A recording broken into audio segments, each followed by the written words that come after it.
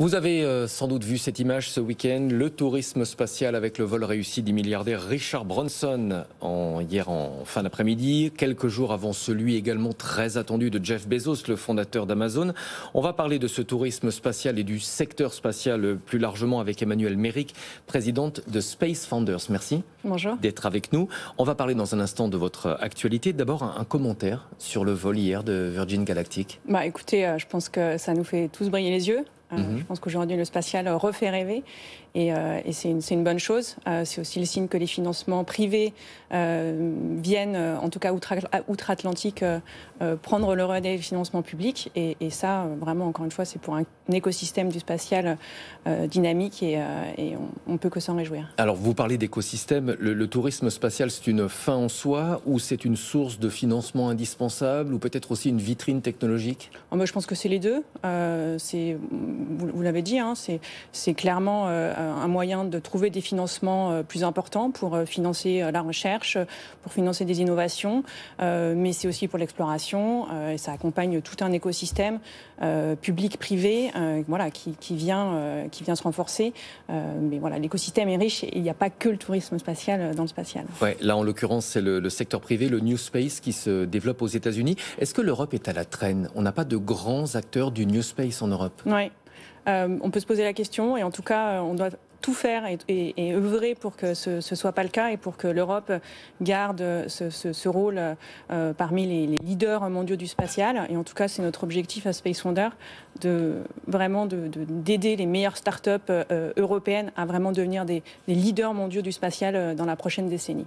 L'une des caractéristiques de ce New Space, c'est la baisse assez significative des coûts de lancement. Est-ce qu'à votre avis, l'Europe s'est suffisamment préparée à cette baisse des coûts ? Est-ce qu'elle va pouvoir rester compétitive, notamment pour les lancements de satellites ? Alors, sur les lancements de satellites, oui, je pense que l'Europe se prépare, en tout cas, est en train de prendre ce tournant et toute la mesure de ces sujets-là.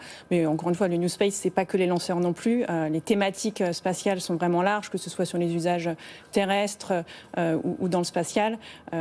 Et c'est tout cet écosystème globalement qu'il faut qu'on accompagne et pas uniquement les lanceurs ou le New Space classique tel qu'on peut l'entendre. On va parler de Space Founders, votre programme lancé juste avant l'été. C'est un accélérateur franco-allemand de start-up spatiales développé conjointement par le CNES, le Centre national d'études spatiales, et l'université Bundeswehr de Munich. Quel est l'objectif de ce programme ? Alors, l'objectif, l'ambition, elle est simple.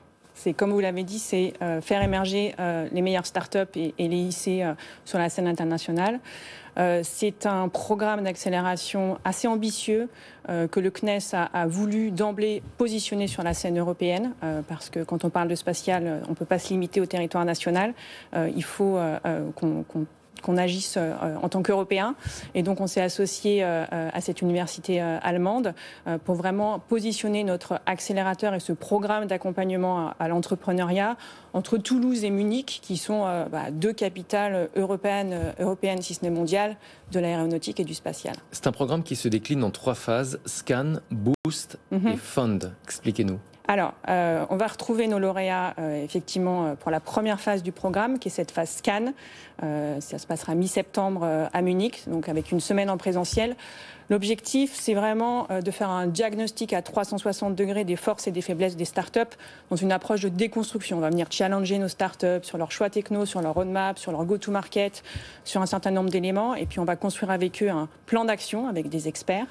On va retrouver nos startups à Toulouse pour la deuxième partie qui est la phase Boost, exactement, qui est la levée des freins techniques, commerciaux, financiers, avec l'idée de faire rencontrer nos startups les bons interlocuteurs au bon moment. Et puis la phase Fund, celle du financement, qui est vraiment clé, préparation et organisation de rencontres investisseurs. Et ça, c'est vraiment important pour permettre à nos startups de rencontrer des investisseurs, des fonds de capital risque, des family office européens et trouver les financements qui sont nécessaires à leur développement. Les candidatures étaient ouvertes jusqu'à mi-juin. Quel est le profil des dossiers, des candidats ? Alors, on est sur une sélection européenne. Donc ça, je tiens vraiment à insister sur ce sujet-là. Donc on a eu une cinquantaine de candidatures de start-up européennes.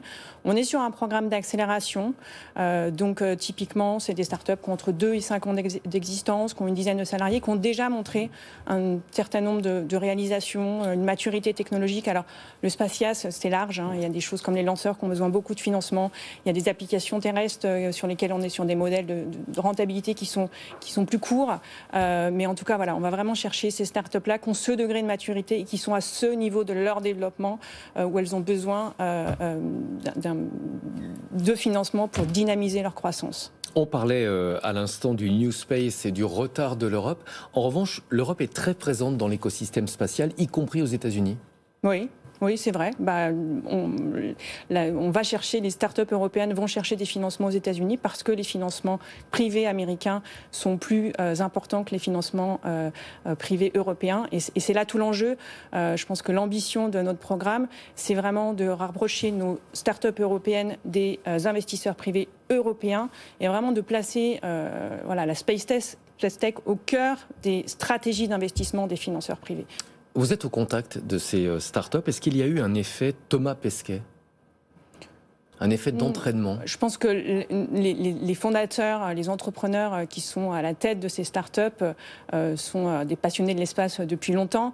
Donc je pense qu'il serait peut-être un peu réducteur de penser que Thomas Pesquet a pu jouer sur leur vocation. Mais en tout cas, voilà, c'est des gens qui sont tout aussi passionnés par l'espace que Mais est-ce que votre sentiment, c'est que toute la médiatisation et la personnalité de Thomas Pesquet ait pu susciter des vocations en Europe ? Sans aucun doute, hein. Enfin, pour les plus jeunes. Et en tout cas, ça permet aussi de mettre en avant le spatial, de comprendre que les usages du spatial sont terrestres dans la vie de tous les jours. Parmi nos lauréats, on a des startups qui fournissent des données d'hydrologie pour la prévention des inondations, l'observation de la Terre, tout ce qui est sujet au changement climatique, c'est vraiment clé dans les technologies du spatial. Donc je pense que tout ça a le mérite de rapprocher l'utilisateur final du spatial et c'est vraiment très bien. Merci beaucoup Emmanuelle Méric d'être venue en plateau avec nous, présidente de Space Founders. On aura l'occasion de reparler avec vous de votre programme au fur et à mesure des différentes étapes.